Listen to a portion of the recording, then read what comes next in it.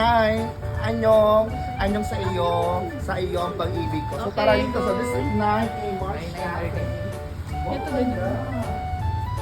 For today's ganap, samahan niyo ako at ang aking mga kaibigan sa isang super fun food trip dito sa Lucena City. Kaya naman mabuhay, ako ito si Ed sa inyong kaamats na lagi may topak, ganun at welcome sa panibagong araw, panibagong istorya.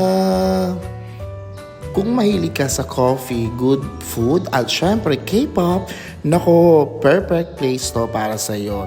Today, pumunta kami sa isang cafe ang District 9 dito sa Lucena City na kung saan ang vibe ay talagang pang K-drama at K-pop fans. So tara at let's go, samahan nyo kami mag-inarte dito. Pagdating pa lang namin, sobrang cute na agad ng place. Yung ambience pa lang panalo na. Makita mo agad ang K-pop inspired design, posters ng idols, albums at mga decoration na talaga mapapapicture ka agad. Parang feeling mo nasa Seoul ka habang nagkakape dito sa Lucena. Syempre hindi pwedeng walang order. Kaya umupo kami, nagkwentuhan at namili ng pagkain at drinks sa menu. Umorder kami ng mga pagkain na swak sa cravings namin. May masarap na snacks, meals at syempre coffee at refreshing drinks. Habang inihintay namin yung order, picture muna dito, picture doon. Hindi pwedeng walang content kapag aesthetic ang place. Then, dumating na ang food. Guys, hindi lang masarap sa paningin, masarap din sa lasa.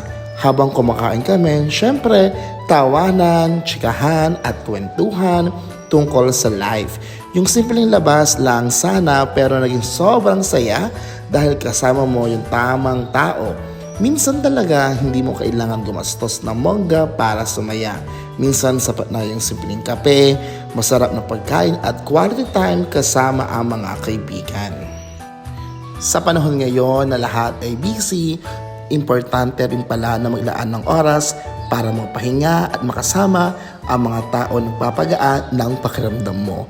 Kasi sa totoo lang, hindi lang pagkain ang nagbibigay saya, kundi yung memories na nabubuo habang magkakasama kayo.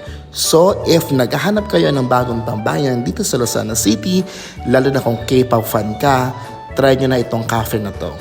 Perfect siya sa barkada, bonding, study date, coffee date, o kahit solo. Me time lang! Masarap ang food, cozy ang place, at sobrang ganda ng vibe.